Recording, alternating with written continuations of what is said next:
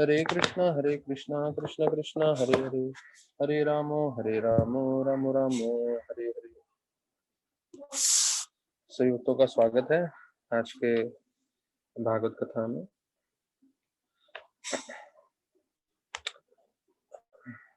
तो हम लीलामृत में देख रहे थे कि कैसे प्रभुपाद जो हैं वो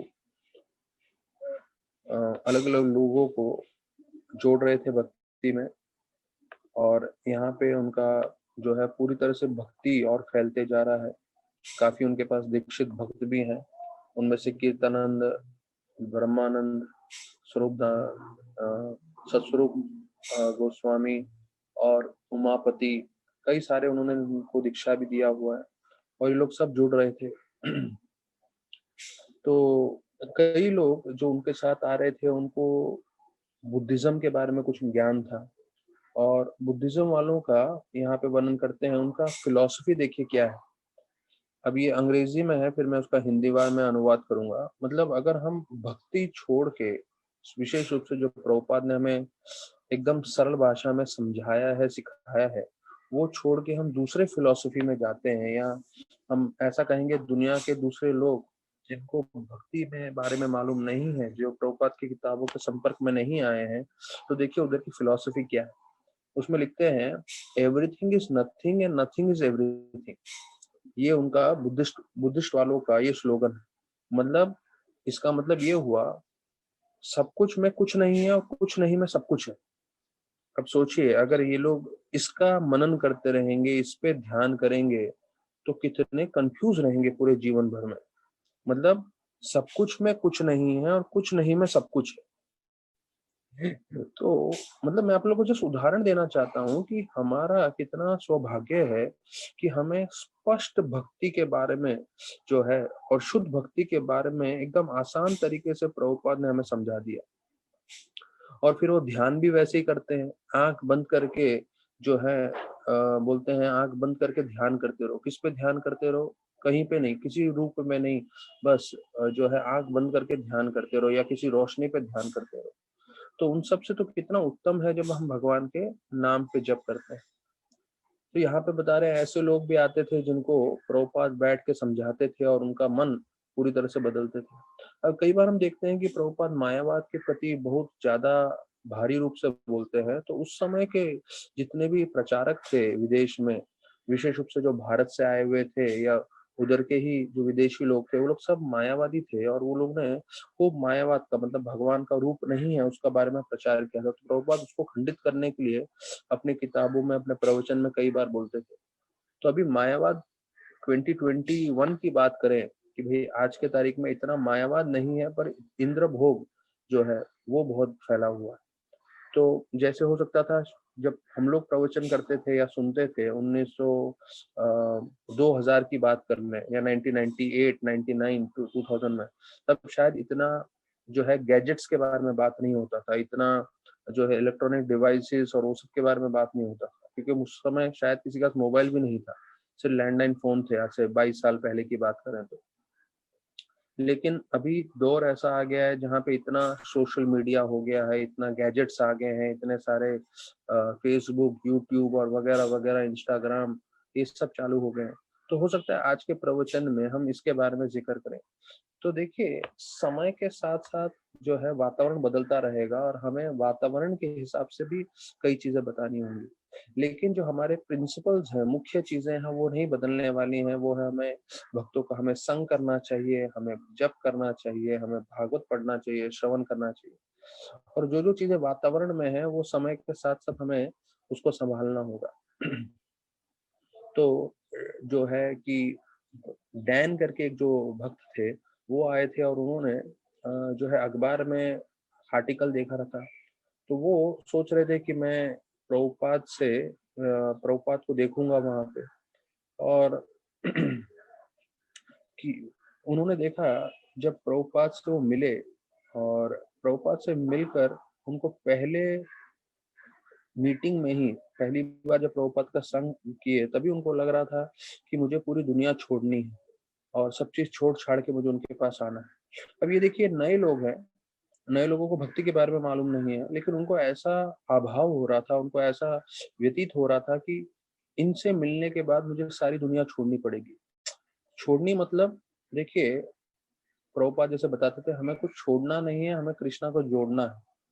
तो देखिए हम लोग अपने जीवन में जब हमें जो है अच्छी गाड़ी मिल जाती है या अच्छा कोई दूसरा बैंक की फैसिलिटी मिल जाती है, तो हम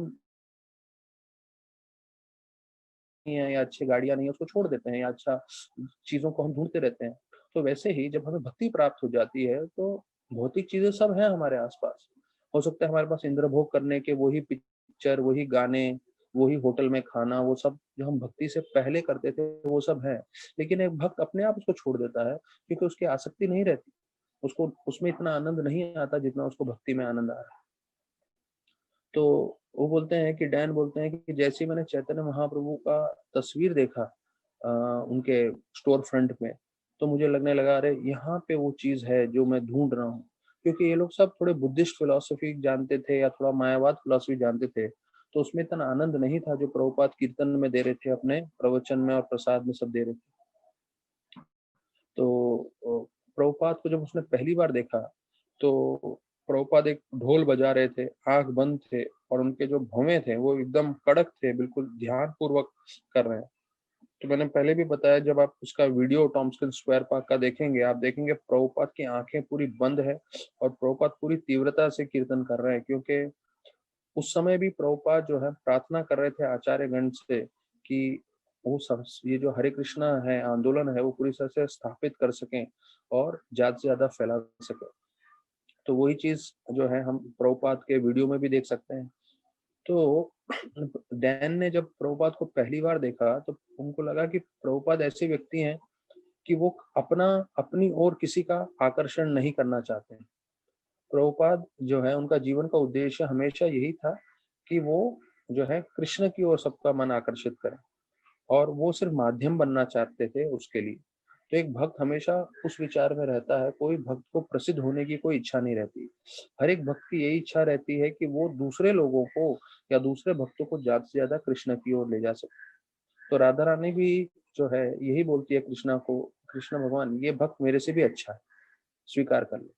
अभी हम सबको मालूम है राधा रानी सबसे उत्तम भक्त है। भौतिक जगत में तो छोड़िए, आध्यात्मिक जगत में भी सभी गोपियों में सर्वश्रेष्ठ गोपी राधा रानी आती है। लेकिन राधा रानी जो सबसे उत्तम भक्त है उनका क्या भावना है कि ये भक्त मुझसे भी बेहतर है, कृष्ण भगवान स्वीकार कर ले। तो कृष्ण भगवान जब देखते हैं राधा रानी इतना विनती कर रही है तो वो स्वीकार कर लेते हैं। तो प्रभुपाद भी लोगों को अपनी तरफ नहीं कृष्ण की ओर आकर्षित करना चाहते थे। तो बोलते हैं कि प्रभुपाद शांति से बैठ के कीर्तन कर रहे थे, लेकिन उनके शारीरिक रूप से ये समझ में आता था कि उनमें अंदरूनी रूप से संपूर्ण रूप से वो शांत है, लेकिन उनमें एक शक्ति है और उनमें ज्ञान है जिससे वो लोगों का जीवन परिवर्तित करा रहे हैं।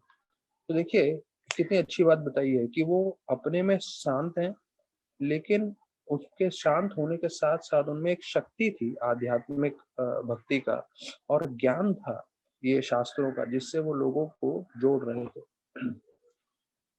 तो बोलते हैं जितने भी बॉब ने देखा, दूसरे एक भक्त थे, उसने देखा कि जितने भी प्रभुपाद के शिष्य थे वो उनके पास बैठे हुए थे, वो लोग सब जप कर रहे थे और उसने भी फिर उस समय जो है वो मंत्र सीख लिया। फिर उनको कई बॉब को लगने लगा जब पहली बार देखा प्रभुपाद को कि ये व्यक्ति पृथ्वी में से नहीं है, ये कहीं और दूसरे जगह से। हाँ, और फिर उनको देखते ही लगा अरे यही एक व्यक्ति है जिसको मैं ढूंढ रहा था। तो अभी जब ऐसा वर्णन आ रहा है कि मैं इसी व्यक्ति को ढूंढ रहा था, तो ये मत सोचिए कि ये बॉब के साथ अमेरिका में हुआ था। आज भी भारत में रहते हुए भी जो भारत संस्कृति से जुड़े हुए हैं, जब वो अपने गुरु को देखते हैं, भले ही वो कोई भी इस्कॉन के गुरु हों, तो उनको देख के उनको पहली नज़र में लगता है, अरे इनको मैं ढूँढ रहा था, ये मेरे गुरु हैं, मुझे इनको स्वीकार करना चाहिए। तो ये वैसे ही बॉब को भी लगा अरे मैं इन्हीं को ढूँढ रहा था, मुझे इनको अपना गुरु बनाना चाहिए। तो फिर ये लोग सब सोचने लगे, भले ही बॉब थे, वो डैन थे कि हमें जो है प्रभुपाद का कीर्तन में भाग लेना है, प्रभुपाद का स्टोर फ्रंट में प्रवचन सुनना है और जो है ये सब विचार करते हुए वो लोग कीर्तन में भाग ले रहे थे। तो डैन जो लड़का था, उसके तो बीवी और बच्चे भी थे, तो ये थोड़ा शर्माता रहता था, हमेशा शर्मीला व्यक्ति था। लेकिन प्रभुपाद के कीर्तन में खूब खड़े रह के सब लोग नाच रहे थे, उसके साथ नाचने लग गया।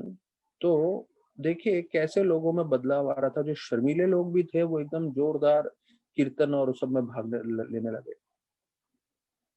तो अभी एक जड़ी करके थी, वो जो लड़की थी, वो बोलती है when she was thinking the whole event must have come from another planet. उसको लग रहा था ये जो पूरा कीर्तन जो चल रहा है ये कोई दूसरे ही लोक से आया हुआ है। हाँ, और तो उन्होंने जब उसको कीर्तन के बारे में बताया तो वो बोली तुम्हें प्रभुपाद से मिलना मिलना की इच्छा है क्या? तो वो बोली बिल्कुल बिल्कुल अवश्य। तो वो उसको प्रभुपाद के कमरे में लेके गए। ये जो है जब प्रभुपाद अपने रूम पे थे तब की बात चल रही है। तो प्रभुपाद ने चैतन्य महाप्रभु को दंडवत प्रणाम किया और फिर खड़े हुए। तो अभी जड़ी जो लड़की नहीं आई थी, अभी भविष्य में बता दूं आपको, ये जड़ी जो है दीक्षित होने वाली है और इसका नाम पड़ने वाला है जदुरानी। तो जदुरानी जो है पूरा जीवन भर उन्होंने भक्ति किया है। तो ये लोग पहले लोग थे जो प्रभुपाद से जुड़े थे और फिर वो पूरी तरह से भक्ति के साथ जो है जुड़ गए। तो उनका देखिए पहली दृष्टि में क्या था कि भाई ये जो पूरा समूह है वो इस लोक से है नहीं, वो तो कहीं दूसरे ही लोक से आए हैं। तो ये उनको लगता था। तो इसका मतलब उनमें पहले ही भक्ति का जो बीज था और वो प्रभुपाद से मिलके वो जो है एकदम आगे बढ़ गए। तो यहाँ पे बोलते हैं जब उसने देखा प्रभुपाद को प्रणाम करते हुए, तो प्रभुपाद चैतन्य महाप्रभु की तस्वीर को प्रणाम कर रहे थे, पर उसको तो चैतन्य महाप्रभु और ना ही तस्वीर कुछ भी नहीं मालूम चल रहा था। तो उसको लग रहा था प्रभुपाद सिर्फ जमीन पे प्रणाम कर रहे हैं। और सब लोग जो है आसपास बैठ के जप कर रहे थे। उसको इतना जप का मतलब नहीं समझ में आ रहा था, पर उसको एक चीज लग रहा था, यहाँ बहुत शांति है। तो देखिए नए नए भक्तों को भी अनुभव होता है जब वो भक्तों के समूह में आते हैं। तो उनको भले कुछ ज्यादा समझ में नहीं आए, पर एक चीज अच्छा लगता है कि हाँ इसमें बहुत शांति है, इसमें बहुत आनंद है। और फिर जो है उनको पूछा गया कि क्या आप प्रभुपाद से मिलना चाहोगे जो दूसरे कमरे में बैठे हैं? तो बोले हाँ। तो प्रभुपाद ने उनको पूछा आपको क्या कीर्तन अच्छा लगा? तो जड़ जो है जड़ी बोलने लगी कि हाँ मुझे तो बहुत बहुत ही बढ़िया लगा। तो उसको प्रभुपाद ने पूछा तुम यहीं रहते हो? तो अभी उसमें क्या थोड़ा मायावाद था, तो उसको लग रहा था मैं सब जगह हूँ। तो जब प्रभुपाद ने बोला तुम यहीं रहते हो, तो उसको मन में क्या था, हम सब जगह सर्वव्यापी हैं, जैसे भगवान सर्वव्यापी हैं। तो उसने बोला हाँ मैं सब जगह हूँ, मैं मतलब मैं यहीं हूँ, पास में हूँ करके। तो प्रभुपाद ने उसको बोल दिया तो एक काम किया करो, तुम सुबह को जो हमारा कीर्तन का प्रोग्राम होता है उसमें आ जाया करो। उसके बाद में उसको समझ में आया अरे मैंने हाँ तो बोल दिया, पर मैं तो 1.5 घंटा दूर रहती हूँ ब्रोनॉक्स में, तो वहां से आने में तो मुझे बहुत समय लगने वाला है। लेकिन उसको लगा कि अरे प्रभुपाद ने भी बोला है तो मैं अवश्य आऊंगी। तो प्रभुपाद ने उसको एक चीज समझाया कि हमें कुछ छोड़ना नहीं है। हाँ, और this process is nothing you have made up, it is very old, very simple and सबलाइन। तो प्रभुपाद जो है दूसरे अपने भक्तों को बताते हुए बोल रहे थे कि हमने कुछ नया बनाया नहीं है। जब हम भक्ति के बारे में बात करते हैं ये बहुत प्राचीन काल से है। अब जब मैं प्राचीन काल बोलूंगा तो हमें लगेगा कि ये 5000 साल पहला बताया गया था जब गीता बोली गई थी। नहीं, ये जो है करोड़ों करोड़ों वर्ष पुराना है। ये जो आध्यात्म का ज्ञान है जिसको सनातन बोलते हैं, सनातन मतलब एटर्नल, कि इसका कभी कोई शुरुआत भी नहीं था इस धर्म का, इस आध्यात्म का। जैसे आत्मा की कभी कोई शुरुआत नहीं हुई है, वैसे इस आध्यात्मिक ज्ञान की भी कोई शुरुआत नहीं है, ये सबसे पुराना ज्ञान है। और प्रभुपाद बोले कि ये सबसे सूक्ष्म है, अगर आप इसको जीवन में अपना लें तो आप जो है हमेशा संतुष्ट रह सकते हैं। प्रभुपाद बोले we are all eternal and everything around us is temporary. तो जैसे हम लोग प्रभुपाद का इसमें पढ़ रहे थे कि कैसे प्रभुपाद बोल रहे हैं कि आत्मा के लिए यहाँ पे रहना, भौतिक जगत में रहना एक तपस्या के समान है, क्योंकि आत्मा वास्तविक रूप में आध्यात्मिक जगत का निवासी है। जैसे मैं आपको बताऊं, अगर हमें बोला जाए कि जाके आप अमेरिका में रहिए, जैसे हम लोग रजरस प्रभु का कथा सुनते हैं, जैसे उन्होंने कल के लिए बोला हुआ है 16 तारीख के लिए, तो शायद कल के शाम के कथा में वो रहेंगे। अभी कोई भारतीय है जो यहाँ मुंबई में आराम से भारत में रह रहा है, उसको अमेरिका में जाके रहने को बोलो तो रहेगा वो कुछ समय के लिए, लेकिन उसके लिए थोड़ी तपस्या हो जाएगी। जैसे हमने सुना -2 डिग्री टेम्परेचर है और पूरा सेंट्रलाइज हीटर के अंदर रहना पड़ता है। तो ये सब चीजें जो है हमारे लिए नहीं बनी है, पर अभी जो है थोड़ा तपस्या के हिसाब से लोग कर रहे हैं वहाँ पे। तो उसी प्रकार से आत्मा इस भौतिक जगत के लिए बनी नहीं है, आत्मा बनी है आध्यात्मिक जगत के लिए। और अगर हम सब जो है ये मार्ग पालन करते रहें, तो प्रभुपाद आगे भी कई जगह पे बताते हैं कि हम अपने जीवन में सार्थकता प्राप्त कर सकते हैं। अब ये जो लड़की थी, उसको वहां पे नाइट स्टे करना था, तो लेकिन वहां पे जितने भी भक्तगण थे वहां पे उसको अलाउ नहीं किए, जड़ी को। तो बोले नहीं, आप यहाँ रुक नहीं सकते, क्योंकि वो स्टोर फ्रंट में से लड़के रहते थे, तो उसको वापस से भेज दिया। तो ये जो दूसरा लड़का था बॉब, वो जो है प्रभुपाद के प्रवचन सुनने लग गया और भागवतम भी पढ़ने लग गया। और उसने क्या किया था, जो भागवतम का जो कवर था, और वो हमें मालूम है जैकेट करके बनाया था प्रभुपाद ने दिल्ली में, तो वो जो जैकेट है वो उसको उसने ऑल्टर बना दिया था। और उस ऑल्टर को जो है वो आरती करता था, और उसको जो है फूल चढ़ाता था, और उसको देख के वो जप करता था, क्योंकि उसमें जो है थोड़ा ब्रह्मांड की तस्वीर थे। और बॉब को जो है प्रभुपाद के प्रवचन, प्रभुपाद का कीर्तन जो है सब कुछ ऐसा अद्भुत लगा। और प्रभुपाद के पास सभी प्रश्नों के उत्तर थे, ये सबसे मुख्य चीज है। तो हमें भी ये जानना चाहिए, हम जिस संस्था के साथ जुड़े हैं, इस संस्था का एक फायदा ये है कि हमारे पास सभी प्रश्नों के उत्तर है। आप कुछ भी पूछें उस सब के जवाब हैं, क्योंकि भक्ति में जो है प्रभुपाद ने इतना स्पष्ट रूप से बता दिया है, इस पृथ्वी पे जितने भी आपके कोई भी भौतिक या आध्यात्मिक जगत के प्रश्न होते हैं, सबका जवाब मिल जाता है। फिर बोलते हैं कि जब प्रभुपाद लेक्चर देते थे तो प्रभुपाद जो है कई बार कई चीजों के बारे में थोड़ा हेवी रहते थे। ये हम लोग उसके ऊपर और भी चर्चा करेंगे। तो कई लोग थोड़ा उनको भारी लगता था, लेकिन उनको कीर्तन बहुत अच्छा लगता था, क्योंकि कीर्तन में सब लोग नाचते थे और सब लोग आनंद में रहते थे। तो यहाँ पे बताते हैं कि उनको, कई लोगों को लगा कि भाई गुरु मतलब क्या होना चाहिए। अब देखिए प्रभुपाद के बारे में जब वो लोग पहली बार मिल रहे थे, तो उनको लगा गुरु मतलब जो है उनकी आंखें चमकदार होनी चाहिए, उनके बातों में ऐसा जो होना चाहिए कि जैसे बोलते हैं पहेलियों में कोई बात करे, या उसकी बातों में जादू टोना हो जाए, या जादू से हमें अपनी तरफ पूरी आकर्षित कर दे। प्रभुपाद ऐसा कुछ भी नहीं करते थे। वो जो है बिल्कुल स्पष्ट रूप से प्रवचन देते थे, और जहाँ पे कोई गलत बात होती थी उनका काट भी देते थे। तो देखिए इन सब चीजों से हमें बहुत स्पष्ट होना चाहिए, गुरु मतलब ऐसा नहीं कि कोई जो है आप उसको देख के बोले अरे यार ये तो बड़े प्रभावशाली दिख रहे हैं, मतलब ऐसे शारीरिक रूप से आकर्षित, वैसा कुछ नहीं होना चाहिए। गुरु मतलब जिनको पूरी तरह से सिद्धांत मालूम है, वो भक्ति में पूरी तरह स्थिर है, और वो दूसरों को भी जोड़ सकते हैं। तो ये जो है कई भक्त जो है प्रभुपाद के साथ हमेशा वाद विवाद करते रहते थे, और कई लोगों ने ये राधा कृष्ण का गीता भी पढ़ा हुआ था जिसमें थोड़ा मायावाद था। तो प्रभुपाद जो है धीरे धीरे सबको समझा समझा के जो है भक्ति के ऊपर ला रहे थे। अभी जड़ी करके जो लड़की थी वो सुबह और शाम दोनों प्रोग्राम अटेंड करने लगी, और उसके लिए उसको जो है 1.5 घंटा ट्रेवलिंग करना पड़ता था एक तरफ। तो उसके माता पिता खूब चिल्लाने लग गए, क्या तुम 1.5 घंटा सुबह सुबह उठ के जा रही हो, कहाँ जा रही हो, क्या है करके। और वो अपने माता पिता को छोड़ के, मतलब उनकी बात नहीं मान के, वो करने लग गई पूरी तरह से भक्ति। अच्छा, जड़ी जो है पेंटर थी बाय प्रोफेशन से, तो प्रभुपाद ने तुरंत उसको पेंटिंग का काम लगा दिया। तो प्रभुपाद देखिए कितने जो है प्रभुपाद देखते थे कि किसमें क्या गुण है, और उस गुण के हिसाब से उनको सेवा देते थे। तो ये पेंटिंग जानती थी, तो प्रभुपाद ने उसको अपने गुरु महाराज भक्तिसार ठाकुर का फोटो दिया, और बोला इसका एक बड़ा कैनवास पेंटिंग बनाइए आप। और प्रभुपाद ने और विशेष रूप से उसको इंस्ट्रक्शन भी दिए कि उनके गले में जो है फूलों की माला होनी चाहिए, और माथे पे तिलक होना चाहिए। और उसके ऊपर भी पूरा बताया कि पीले रंग का तिलक होना चाहिए, सफेद नहीं। और उनके सर के आसपास एक प्रकाश जैसा होना चाहिए।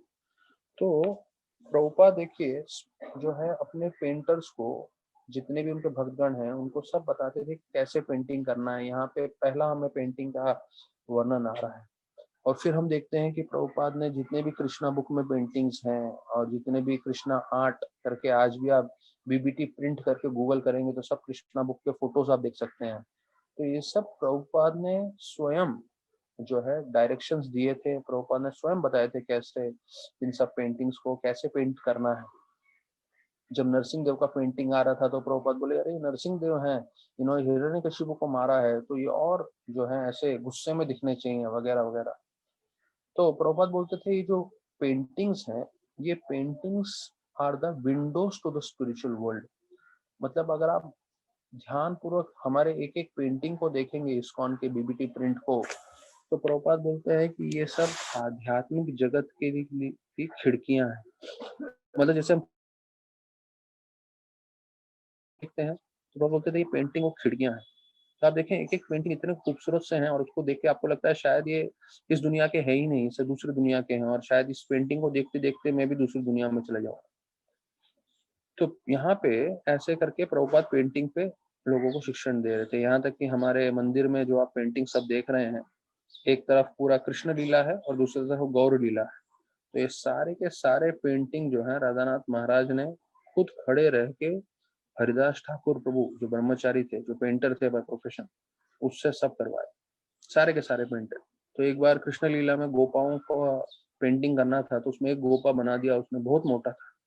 तो महाराज बोले ये क्या बनाया तुमने? ये गोपा नहीं दिख रहा, ये तो सुमो रेसलर दिख रहा है। तो बोले भेज दो इस सुमो रेसलर को। और बोला कैसे भेजोगे? टाटा सुमो में सुमो रेसलर को डाल के भिजवा दो, मुझे ये गोपा नहीं चाहिए, सुमो रेसलर नहीं चाहिए, मुझे गोपा चाहिए, पतला बनाओ।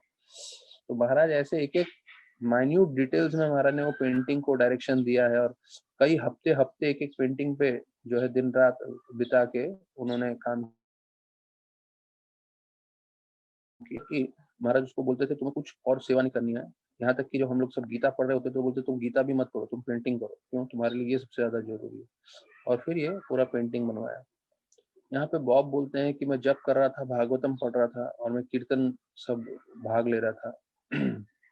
और प्रभुपाद जो है, हमें मालूम है कि वो सेब जो है काट के देते थे। और इस बॉब ने देखा कि एक बार प्रभुपाद के मुंह में बीज आया, यहाँ लीलामृत में वर्णन आ रहा है, तो बीज आते ही प्रभुपाद ने उसको थूका। वो थूका तो वो दीवार पे लग के सीधा कचरे के डब्बे में चला गया।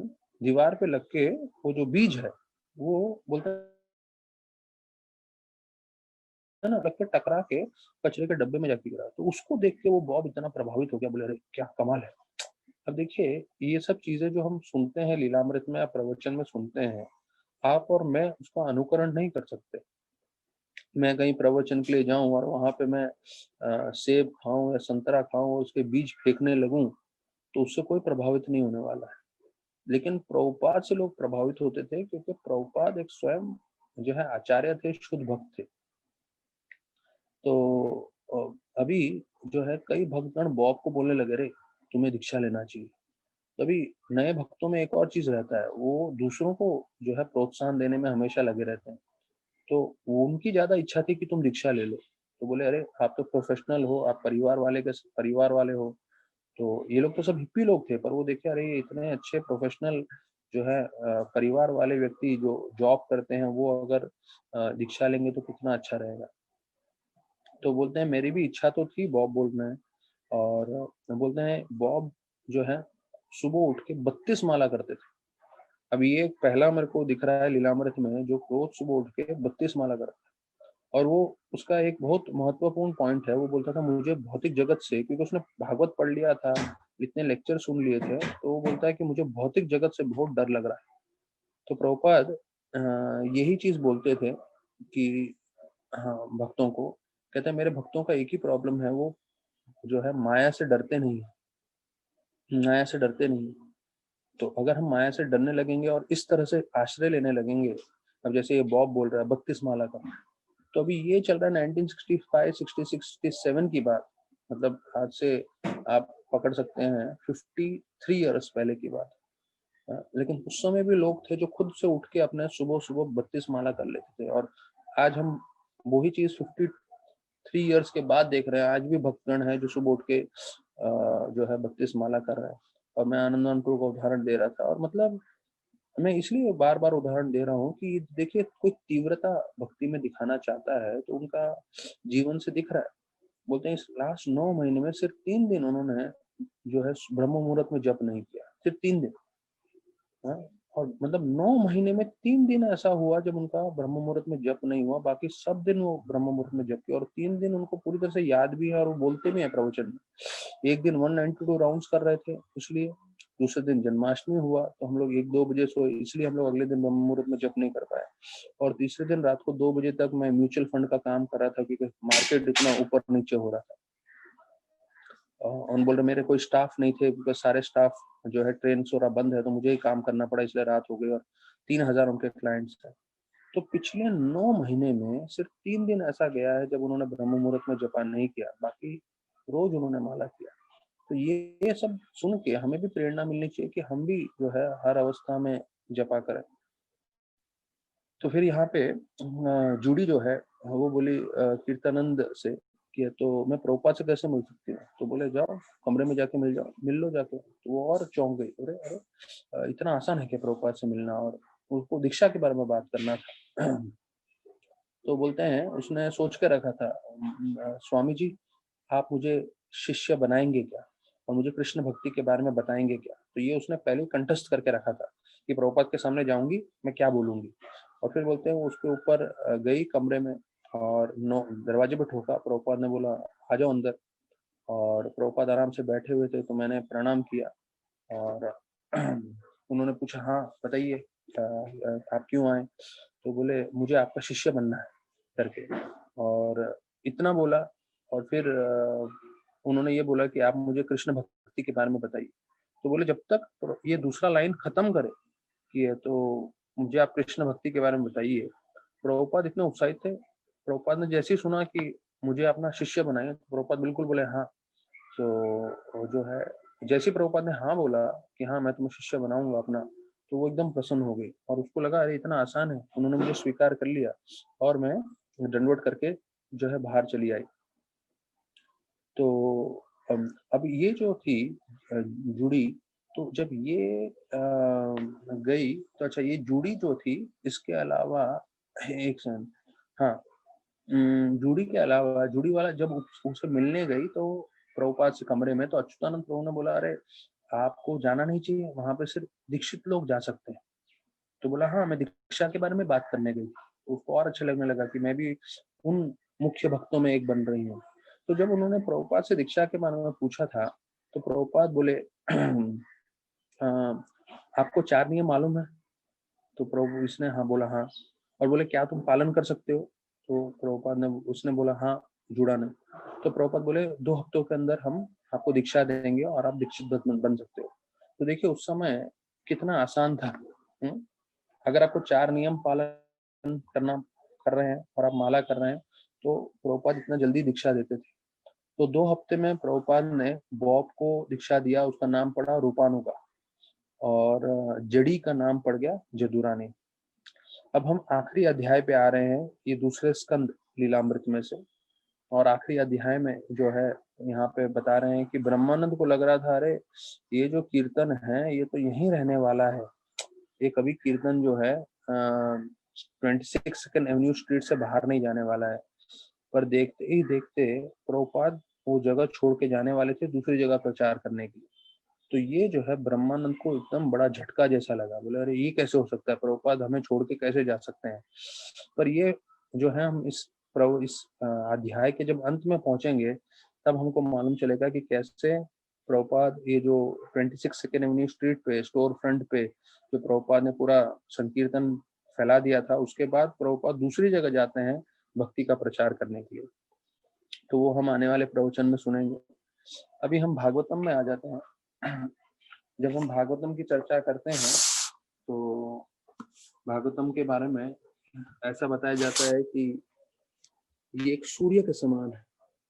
तो जब सूर्य आता है तो जो है भागवतम में एक श्लोक है भास्कर इव भास्कर, ऐसे शब्द का प्रयोग किया है कि जब सूरज आ जाता है तो सूरज आते ही पूरी तरह से कोहरम हट जाता है। कोहरम मतलब फॉग। जो लोग दिल्ली साइड में राजस्थान में रहे हैं या पूना साइड में भी रहे हैं तो उनको मालूम है ठंडी के समय में सुबह सुबह सूर्योदय होने से पहले रात का पूरा कोहरम बन जाता है, जिसको फॉग बोलते हैं अंग्रेजी में। तो सूरज की जैसे ही कहीं रोशनी आती है तो रोशनी आते ही पूरा कोहरम हट जाता है। तो वैसे ही श्रीमद् भागवतम एक सूर्य के समान है। और जैसे हमारे जीवन में ये भागवतम का उदय होगा, जो जैसे शिव भगवान माता पार्वती को बोलते हैं कि 1/4 श्लोक भी कोई अपने जीवन में अपना ले तो भगवत धाम जाने के लिए तैयार है। 1/4, पूरा 1 श्लोक भी नहीं, 1 श्लोक का जो है 1/4 भाग, वो भी कोई सुन ले उसका जीवन सार्थक हो सकता है। तो अभी हमने जो है 12वें श्लोक तक सुना। हम जो है 20वें अध्याय पे चर्चा कर रहे हैं, और जो उन्होंने एक 12वें श्लोक में प्रभुपाद ने बहुत अच्छा उदाहरण दिया जो मुझे व्यक्तिगत रूप में बहुत पसंद आया, मैंने कभी सुना नहीं था। प्रभुपाद बोलते हैं जो एक धनी बिजनेसमैन होता है वो गाड़ी का ध्यान रखता है, गाड़ी में पेट्रोल रहे, ड्राइवर बरोबर गाड़ी चलाए, गाड़ी के इंश्योरेंस पेपर्स हों वगैरह वगैरह। और वो जब गाड़ी में बैठा रहता है तो पूरा टाइम गाड़ी के बारे में नहीं सोचता, वो लेकिन गाड़ी को संभाल के रखता है। क्यों? गाड़ी का पेपर सही होना चाहिए, गाड़ी में पेट्रोल होना चाहिए, ड्राइवर का सैलरी मिलना चाहिए। तो गाड़ी को ध्यान रखता है लेकिन पूरा समय गाड़ी में बैठ के बिजनेस के बारे में सोचता रहता है।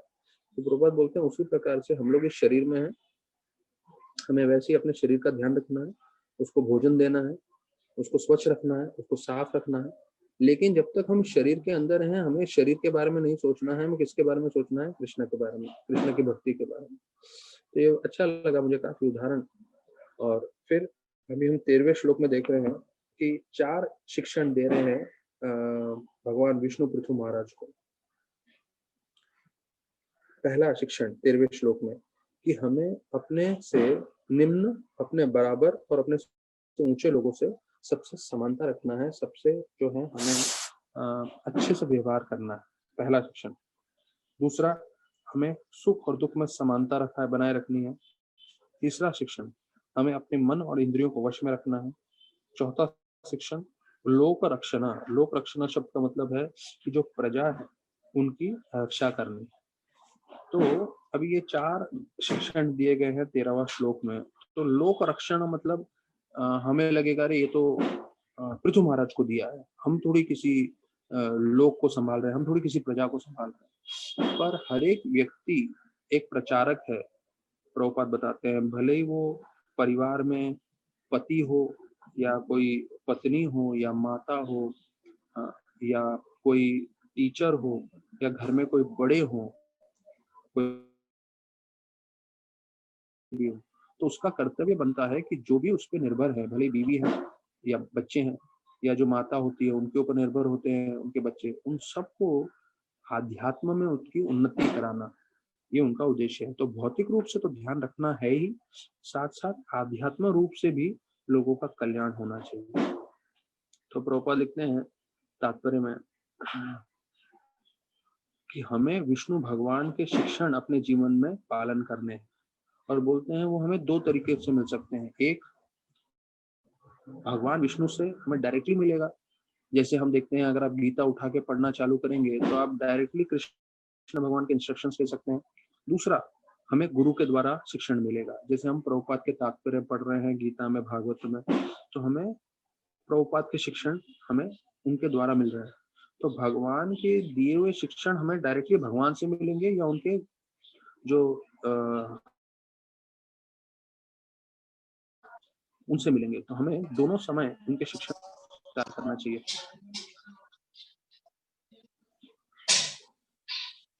तो प्रभुपाद बताते हैं we have to stick to the principle stated in Bhagavad Gita. जो गीता में बताए हुए शिक्षण है वो हमें पूरी तरह से पालन करने हैं। आदित्य, आपको अनम्यूट करना पड़ेगा अपने आप को। व्यास आत्मिका बुद्धि करके प्रभुपाद बताते हैं कि व्यास आत्म बुद्धि में उसका मतलब बता रहे हैं हर एक व्यक्ति का कर्तव्य बनता है कि वो कृष्ण भगवान या उनके जो आचार्य हैं, उनके दिए हुए प्रतिनिधि गुरु हैं, तो उनके शिक्षण को जो है अपने जीवन में जो है एक उत्तम लक्ष्य मान लें।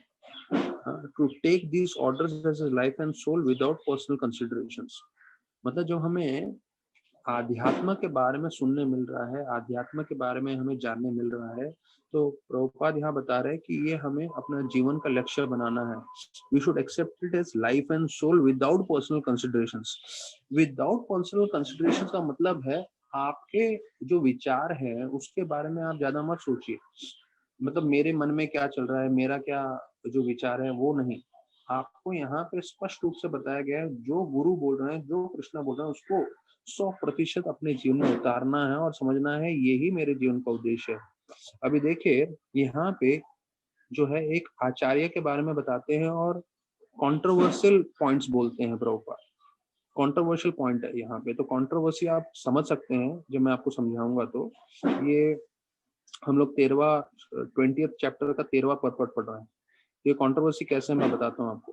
विश्वनाथ चक्रवर्ती ठाकुर ने सिखाया है कि हमें गुरु की बात मानने के लिए इतने आतुर होना चाहिए और उनका आज्ञा पालन करते समय हमें ये भी नहीं सोचना चाहिए कि हमें मुक्ति प्राप्त होगी कि नहीं होगी। हमें सिर्फ इस चीज पे ध्यान लगाना चाहिए कि हमें जो है गुरु के शिक्षण का, गुरु ने जो हमें आज्ञा दिया है वो पूरी तरह से पालन करना है। ठीक है, तो अब यहाँ पे बोल रहे हैं हमें मुक्ति के लिए भी ध्यान नहीं देना। हमें ये भी नहीं सोचना चाहिए कि हमें मुक्ति प्राप्त होगी कि नहीं होगी। और प्रभुपाद तुरंत ही उसके अगले लाइन में, मैंने बताया जैसे कॉन्ट्रडिक्शन है, वो बोलते हैं कि अगर हम अपने गुरु का बात का शिक्षण को पालन करेंगे तो हम लोग पहले ही मुक्त हैं। देखिए, प्रभुपाद ने पहले बोला, विश्वनाथ चक्रवर्ती ठाकुर बताते हैं कि हमें मुक्ति के बारे में नहीं सोचना, तो सही है। और दूसरा प्रभुपाद बोलते हैं हमें मुक्ति के बारे में इसलिए नहीं सोचना है क्योंकि जैसे ही हम गुरु के शिक्षण को अपने जीवन में अपनाएंगे तो अपने आप हम मुक्त हैं।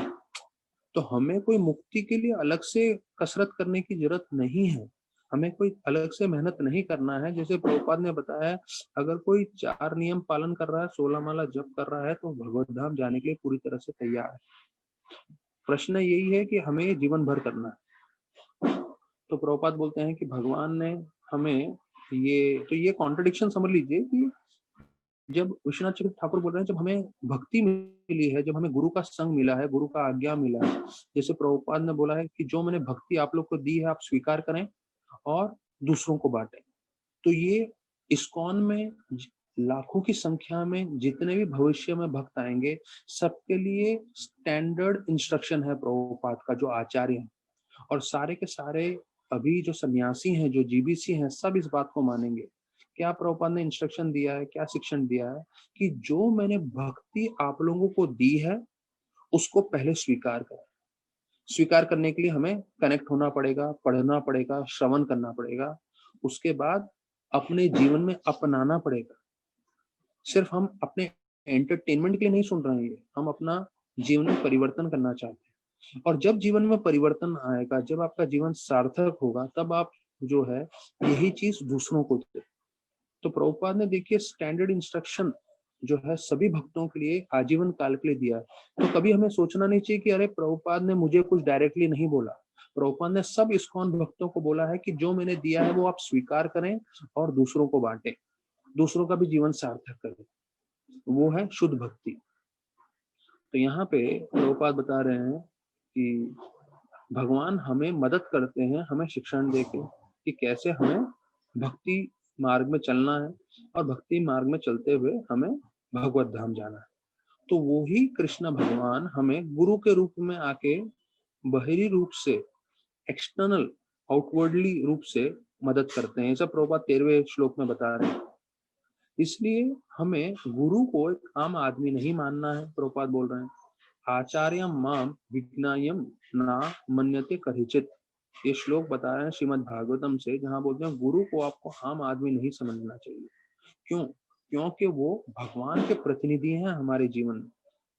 तो हमें हमें गुरु को जो है भगवान के रूप जितना सम्मान देना चाहिए, उनसे कभी द्वेष नहीं करना चाहिए और उन्हें कभी आम आदमी नहीं मानना चाहिए। अब आप देखेंगे जो आखिरी पैराग्राफ के ये जो आखिरी 8 लाइन है, उसमें प्रभुपाद ने 3 बार बोला है। 1 बार नहीं, 2 बार नहीं, 3 बार। कभी कभी मैं प्रवचन देता हूँ तो मुझे लगता है कि मैंने ये कल बोल दिया था श्लोका, या ये कल बोल दिया था कहानी, तो मुझे वापस नहीं बोलना चाहिए।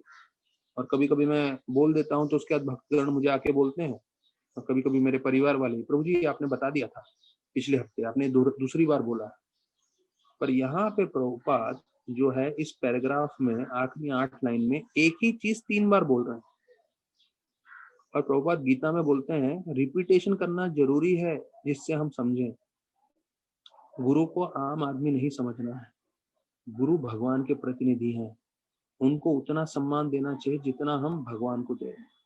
तो अभी आप बोलेंगे अरे हमारे हो सकता है गुरु जो है इतने शुद्ध ना हो, पूरी तरह से शुद्धिकरण नहीं हुआ हो, उससे आपका कुछ लेना देना नहीं है। आप गुरु को पूरा सम्मान दीजिए, अगर वो शुद्ध नहीं है या उनमें कोई त्रुटियां हैं या गलतियां हैं, वो कृष्ण भगवान उनको संभाल लेंगे। आपको पूरा सम्मान देना जरूरी है गुरु को, क्योंकि जब आप पूरी तरह से उनको भगवान के रूप में सम्मान देंगे तो आप आध्यात्मिक जीवन में उन्नति करोगे। और अगर उनमें कुछ त्रुटियां हैं, कमियां हैं, वो कृष्ण भगवान स्वयं संभाल लेंगे। लेकिन अगर कृष्ण भगवान ने किसी को गुरु की पदवी पे बिठाया है तो कृष्ण भगवान चाहते हैं कि वो प्रचार करे। और जैसे हमने सुना है, कृष्ण शक्ति बिना नहीं तारे परिवर्तना, कृष्ण शक्ति के बिना आप प्रचार नहीं कर सकते। तो ये हमें ध्यान रखना है कि हम जो है गुरु के संपर्क में रहते हैं तो उनको खूब सम्मान दें, और यहाँ पे बोला है उनको आम व्यक्ति ना समझे। अभी अंतिम 2 लाइन में प्रभुपाद बता रहे हैं कि गुरु के बताए हुए शिक्षण पे हम पालन करते हैं, मतलब भक्ति करते हैं भगवान के, तो हम हमेशा इस शरीर के जो शरीर के द्वारा जितने भी कल्मश है उससे दूर रह सकते हैं और हमारा जीवन कामयाब हो सकता है। शरीर के द्वारा बनाया हुआ कल्मश मतलब, प्रभुपाद इंग्लिश में लिखते हैं, we will remain always free from the contamination of bodily and material activities.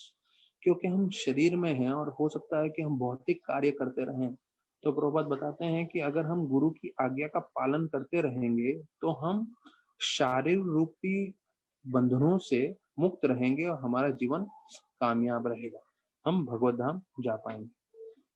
तो देखिए, अभी जैसे न्यूयॉर्क की बात चल रही थी, तो न्यूयॉर्क में और विदेश में एक सिस्टम बनाया हुआ है कि अगर किसी को भी कुछ भी तकलीफ हो, बच्चों को भी उनको सिखाया जाता है आपको 911 फोन कर देना चाहिए मोबाइल से। 911 मतलब अगर ये हेल्पलाइन नंबर है, आपने जहां से भी फोन किया, बोलते हैं 5 मिनट के अंदर, 5 मिनट के अंदर उधर एम्बुलेंस, फायर ब्रिगेड और पुलिस तीनों पहुंच जाएगा। अगर किसी ने भी अमेरिका के किसी भी कोने से फोन किया 911 पे, तो उसी वक्त जो है एम्बुलेंस, फायर ब्रिगेड और पुलिस की गाड़ी तीनों पहुंच जाती है और कुछ भी प्रॉब्लम हो उसको सुलझा देती है। तो बच्चों को सिखाया जाता है वहां पे कि अगर तुम्हारे पिताजी तुमको जोर से डांट दें, तुम पे चिल्लाएं, मारना तो दूर की बात है, सिर्फ डांट दें या चिल्लाएं, तो तुम सीधा फोन करो 911, तो पुलिस आके बाप को उठा के लेके जाती है और उस पर केस डाल देती है, जिसे बोलते हैं चाइल्ड अब्यूज। चाइल्ड अब्यूज का, हमारे एक भारतीय अमेरिका में थे और वो कुछ पहले माले पे गए सामान लेने के लिए, तो वो ऊपर से देख रहे थे, तो उसने जो है बच्चे को, छोटा सा बच्चा था 2 साल का, नीचे छोड़ दिया खेलने के लिए। तो पड़ोसी ने देखा कि अरे बच्चे को जो है कि बाप ध्यान नहीं रख रहा, तो उसने 911 पे फोन किया और पुलिस वाले आए। और ये जब तक नीचे आया तब तक पुलिस वाले ने बच्चे को ले लिया और बोला कि तुम बच्चे का ध्यान नहीं दे रहे हो, इसलिए तुम बच्चे को रख नहीं सकते। और वो लोग बच्चे को लेकर चले गए अपने साथ। और ये जो हमारा इंडियन आदमी था वो बोलता अरे वो तो पूरा बिल्डर हो गया, बोला भ्रमित हो गया, बोला ये तो भारत में तो आम चीज है बच्चे को छोड़ देना घंटों घंटों तक। तो बोला ये कैसे आपने छोड़ दिया, आपने ध्यान नहीं दिया। तो उसको फिर जो है वकील को लेना लाना पड़ा और वकील ने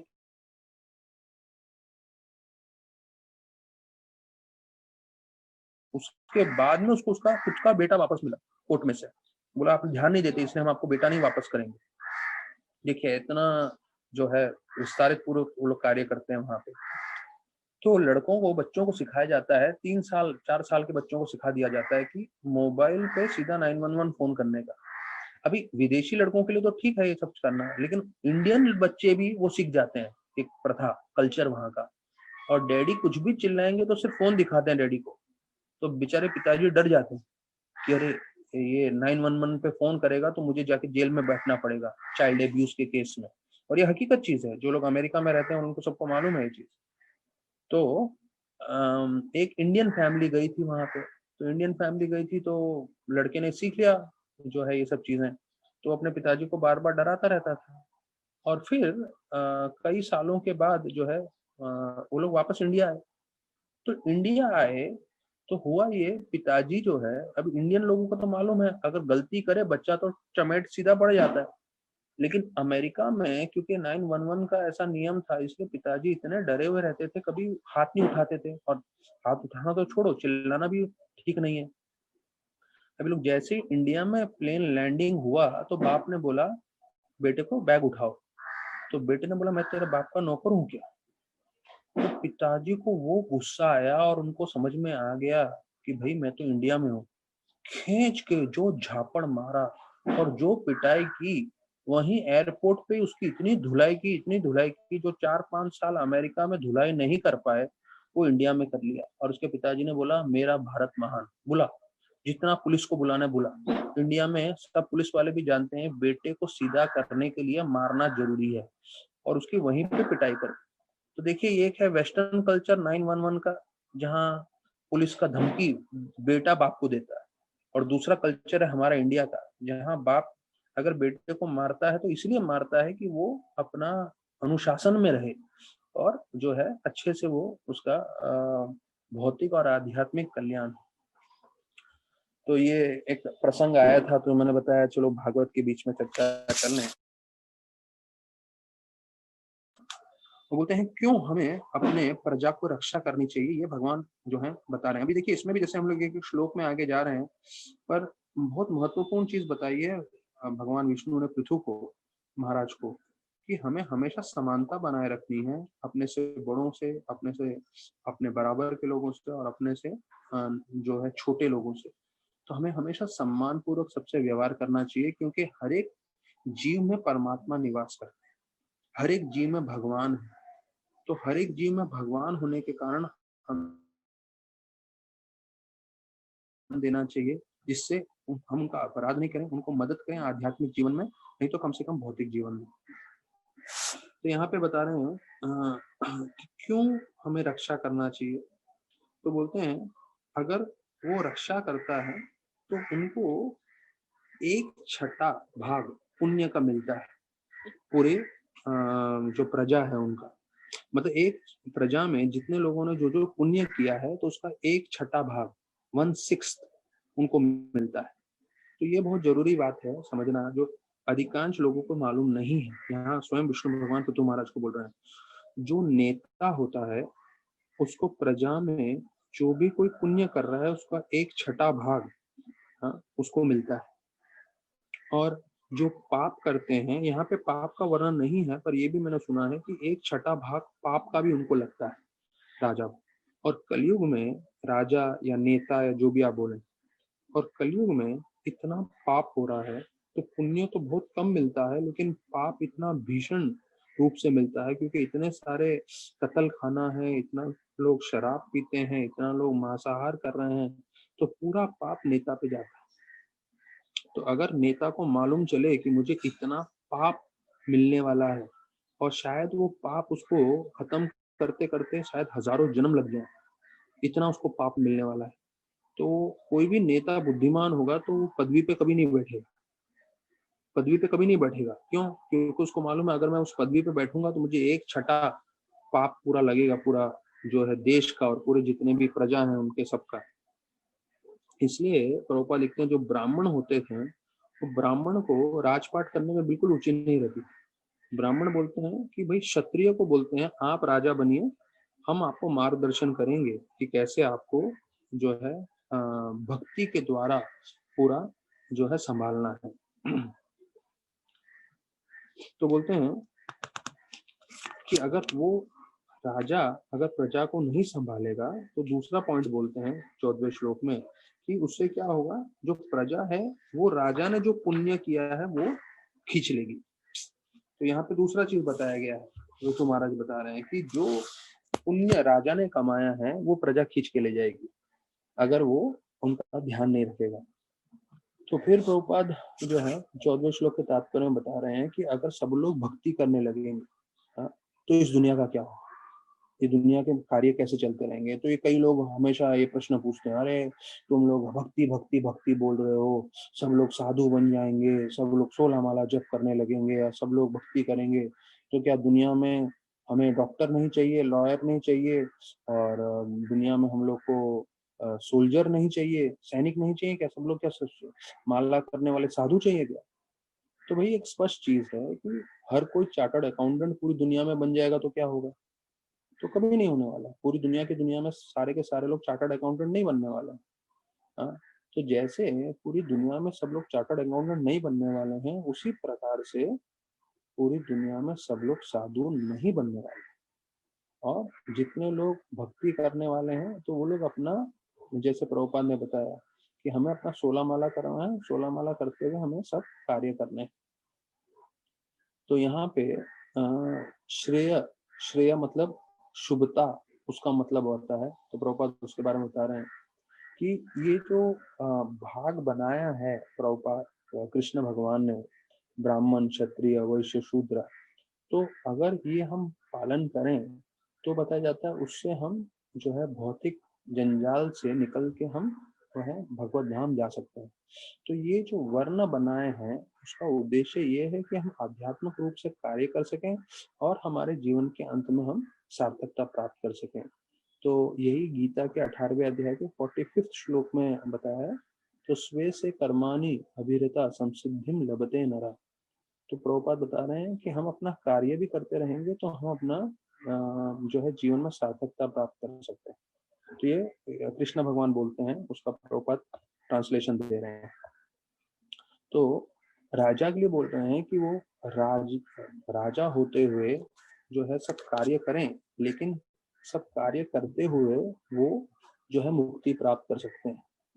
दूसरी ओर बोलते हैं अगर कोई सरकार अपने प्रजा की ध्यान नहीं रखती है और अपने हिसाब से कार्य करती है बिना भगवान को बीच में रखते हुए, तो उनको पाप का भागीदारी बनना पड़ता है। तो बोलते हैं कृष्ण भक्ति मतलब सभी पापों से मुक्त होना।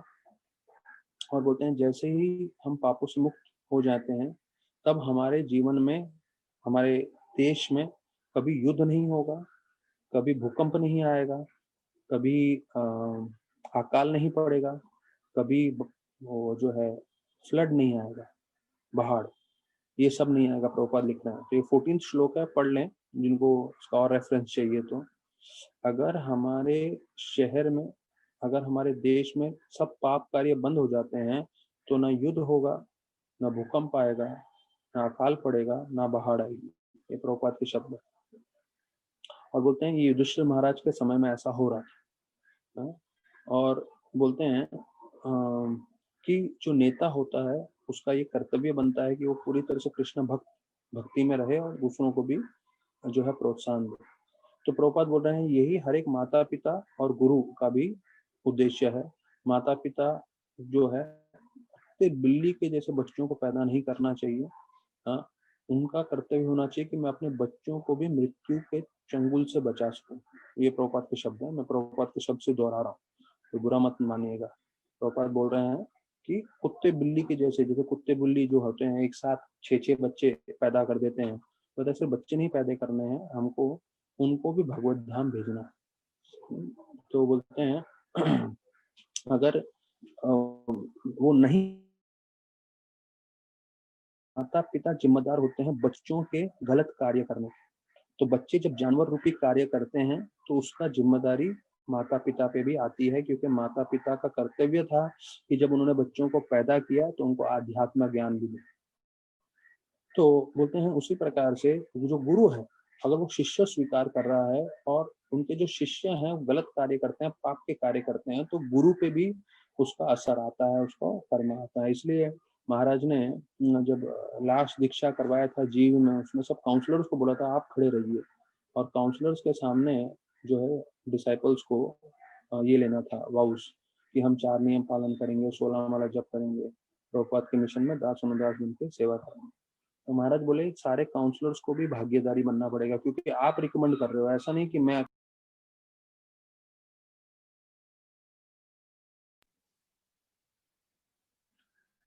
तो जब जीवी में दीक्षा हो रहा था तब काउंसलर्स को जब भेजा था तो महाराज ने जो है बोला कि काउंसलर्स को इसलिए मैं बोल रहा हूँ उनके सामने वचन लें कि सिर्फ मैं जो राधानाथ स्वामी गुरु हूँ, मैं सिर्फ पाप का भागीदारी नहीं बनूंगा, क्योंकि आप रिकमेंड कर रहे हो किसी को दीक्षा के लिए और फिर भविष्य में अगर वो नियम तोड़ता है तो उसका भाग काउंसलर को भी लेना पड़ेगा फिर। तो हम सब गए थे काउंसलर्स और हमारे सामने उन्होंने जो है भक्तों ने दीक्षा लिया था, वचन लिया था।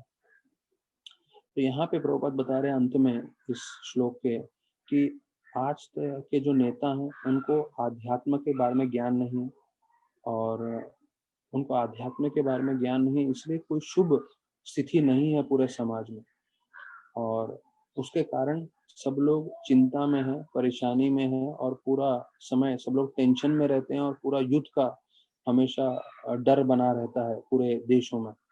तो बोलते हैं अगर आध्यात्मिक रूप से पाप करना बंद हो जाए तो ये सब चीजें अपने आप हट जाएंगी। तो काफी महत्वपूर्ण तात्पर्य प्रभुपाद बताते हैं। तो मैं अभी रिक्वेस्ट करूंगा आदित्य प्रभु को, जो तस्वीरें मैंने आप लोग को आपके साथ शेयर करने के लिए बदी थी, इसमें भक्ति रसामृत महाराज और राधानाथ महाराज के कई मुख्य शिक्षण हैं, वो हम चर्चा कर सकते हैं। तो अभी 14 श्लोक हमने संपन्न किया है, उसके साथ हम आगे भी बढ़ेंगे।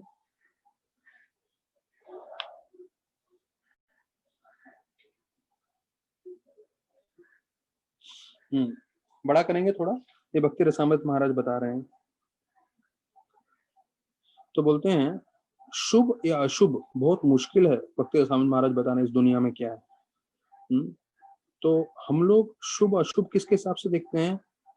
फॉर्चून और अनफॉर्चून, फॉर्चून और अनफॉर्चुनेट किसके हिसाब से होते हैं? इस भौतिक जगत के हिसाब से। तो हमने इस भौतिक जगत में जैसा किसी को देखा है तो हमें लगता है किसी के पास बहुत सारा धन आ जाए तो बहुत भाग्यशाली है, किसी का धन पूरा चला जाए तो दुर्भाग्यशाली है। लेकिन हम लोग ये सब सिर्फ एक जीवन के हिसाब से देखते हैं। पर कृष्ण भगवान जो है हमारा जो है lord Krishna makes such arrangements that one can appear to be unfortunate while actually be the most fortunate. लेकिन कृष्ण भगवान जब हमारे जीवन में रूपांतर करते हैं तो भौतिक रूप से लगेगा कि अरे हम बहुत दुर्भाग्यशाली हैं, ना पैसा है, ना ये है, ना वो है, हाँ, ना हमारा तबीयत ठीक है, ना कुछ है। तो ऐसा लगेगा अरे हम तो बड़े दुर्भाग्यशाली हैं भौतिक रूप से। पर कृष्ण भगवान हमें जो है बहुत भाग्यशाली बनाने वाले हैं, हमें भगवत धाम ले जाने वाले हैं।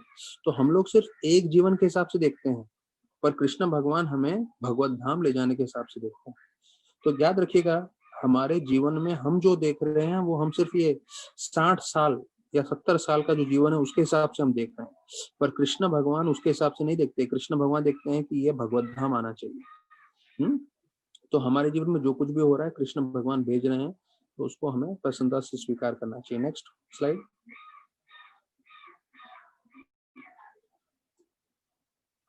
देखिए ये एक सर्जन है, उनके मेरे को शब्द बहुत अच्छे लगे। वो सर्जन बोल रहे हैं कि इतने साल, अभी ये जो सर्जन है डॉक्टर विवेक मूर्ति, ये यूनाइटेड स्टेट्स के सर्जन जनरल हैं। तो वो बता रहे हैं कि इतने सालों से मैं इतने सारे पेशेंट्स का जो है ट्रीटमेंट कर रहा हूँ और सबसे बड़ी बीमारी मैंने डायबिटीज नहीं देखी, सबसे बड़ी बीमारी मैंने जो है हृदय का रोग, हार्ट डिजीज नहीं देखा। सबसे बड़ी बीमारी मैंने क्या देखी? लोग अकेले हैं, लोनलीनेस, लोग अकेले हैं। तो देखिए लोग अकेले कब अनुभव करते हैं? जब उन्होंने भक्ति नहीं की हो, उन्होंने कृष्ण प्रेम प्राप्त नहीं किया और वो सिर्फ परिवार के लोगों में हमेशा ढूंढते रहेंगे, तो कभी ना कभी समय आएगा ही जब आप अलग हो जाओगे परिवार वालों से, या आप शरीर छोड़ के चले जाओगे या वो शरीर छोड़ के चले जाएंगे। तो इसलिए हमें कृष्ण से संबंध बनाना है, तो ये अकेलापन आपको कभी नहीं मिलेगा। Okay next slide.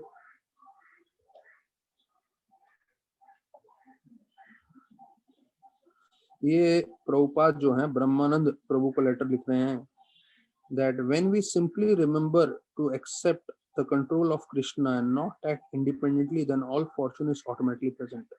देखिए अगर हम चाहते हैं, हम लोग सब चाहते हैं कि भाई हमें हमारा अच्छा भाग्य हो, हम अच्छे नसीब वाले बने, हमारा कल्याण हो, और यहाँ प्रभुपाद ब्रह्मानंद को बोल रहे हैं कि हमें कुछ करना नहीं है ज्यादा, हमें सिर्फ कृष्ण भगवान को स्वीकार करना है अपने जीवन में और स्वतंत्र कोई कार्य नहीं करने।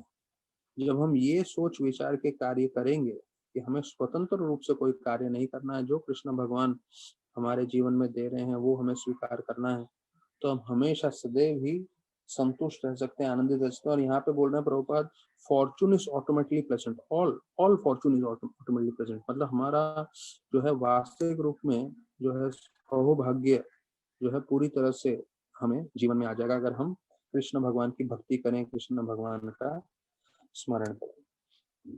तो आदित्य प्रभु धन्यवाद, आपने इतने अच्छे तस्वीरें शेयर की हमारे साथ।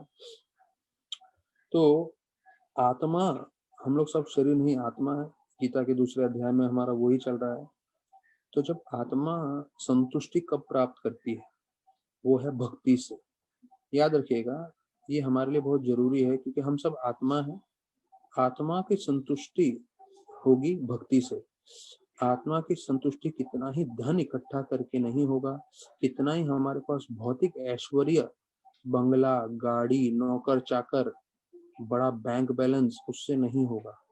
ये ध्यान रखिएगा, ये राधानाथ महाराज के मुख्य शब्द हैं। आत्मा की संतुष्टि होती है भक्ति से। तो हम मना नहीं करते कि भाई किसी के पास बंगला ना हो, गाड़ी ना हो, बड़ा बैंक बैलेंस ना हो, लेकिन साथ साथ आपको ध्यान रखना है कि ये आत्मा की संतुष्टि नहीं कर पाएगा। आत्मा की संतुष्टि के लिए सिर्फ भक्ति लगती है। हाँ, तो ये सब रख के आप लोग अच्छे से भक्ति करिए, तो आप भौतिक रूप से भी समृद्ध हो सकते हैं, आध्यात्मिक रूप से भी समृद्ध हो सकते हैं।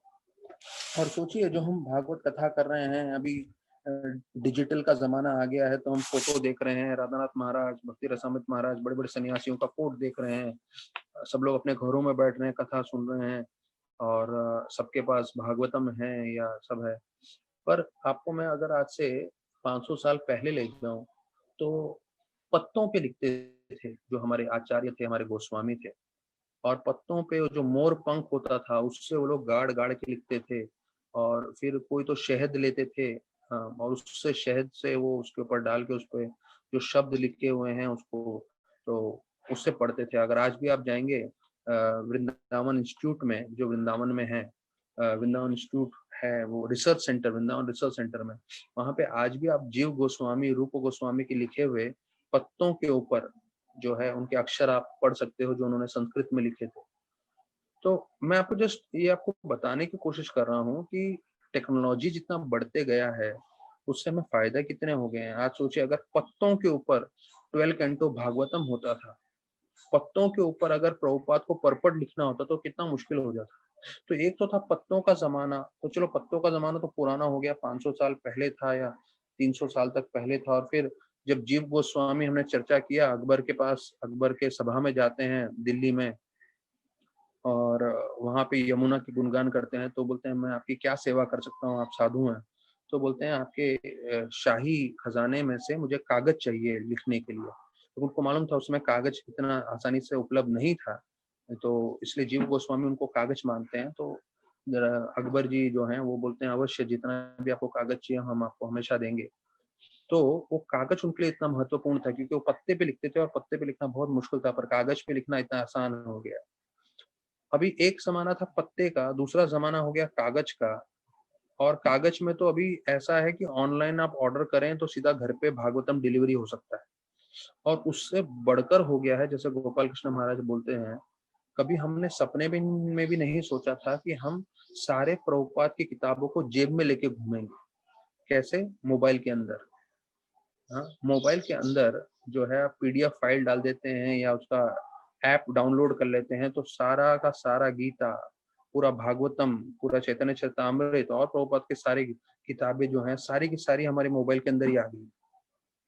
तो देखिए, जितना टेक्नोलॉजी एडवांस हो गया, पहले पत्ता था, फिर पेपर आया, और अभी हम लोग डिजिटल की दुनिया में चल रहे हैं, तो हमें उसका फायदा उठाना चाहिए। जितना टेक्नोलॉजी एडवांस हो रहा है, उतना ही हमें जो है कृष्णा भक्ति और कृष्णा का श्रवण जो है करना है।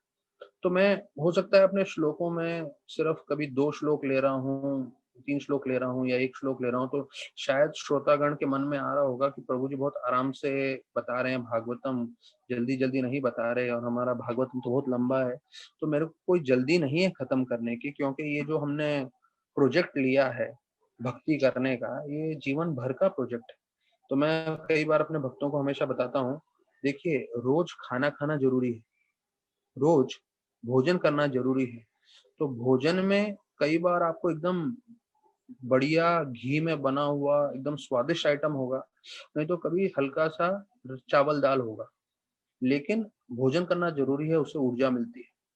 तो वैसे ही जो हमारे प्रवचन हैं वो चावल दाल के समान होंगे, या आप खिचड़ी बोल सकते हैं, या रोटी सब्जी, रोटी दाल चावल के साथ बोल सकते हैं, तो समान रहेगा हमारे प्रवचन, क्योंकि मैं रोज हम लोग करते जा रहे हैं, करते जा रहे हैं, करते जा रहे हैं। तो ऐसा नहीं है कि हम लोग रोज प्रवचन में कोई मैं बड़ा बड़ा कहीं कहीं से पॉइंट्स लेकर आऊंगा, नहीं। जो गीता भागवत में लिखा है, जो लीलामृत में बताया है, और जो मैंने यहाँ वहाँ प्रवचन में सुना, वही मैं बताऊंगा। लेकिन ये हमारे लिए भोजन का कार्य कर रहा है। रोज हम भोजन खाते हैं, शरीर को ऊर्जा मिलती है। उसी प्रकार से रोज हम भागवतम सुनते रहेंगे, तो याद रखिए, इससे हम भक्ति में प्रगति करेंगे, और निश्चित रूप से हमारा जीवन सार्थक होगा, हम भगवत धाम जाने के लिए योग्य बनेंगे। जैसे भागवत में ही बताया गया है, नष्ट प्रायशो बुद्धेषु नित्यम भागवत सेव्या। नित्यम मतलब रोज हमें करना है। नित्यम का तो ये एक और शब्द है कि हमेशा करना है, तो हमेशा तो हम नहीं कर सकते, तो कम से कम रोज कम से कम 1 घंटा तो दें जिसमें हम भागवतम सुन सकें। तो कल हम 15वें श्लोक से आगे चर्चा करेंगे। तो बहुत बहुत धन्यवाद सभी भक्तों का, जो सब जुड़ रहे हैं, और आप लोगों के कारण मुझे भी थोड़ा मौका मिलता है 2 शब्द बताने का। तो हम लोग कल चर्चा करेंगे शाम को 4 बजे। हरे कृष्ण।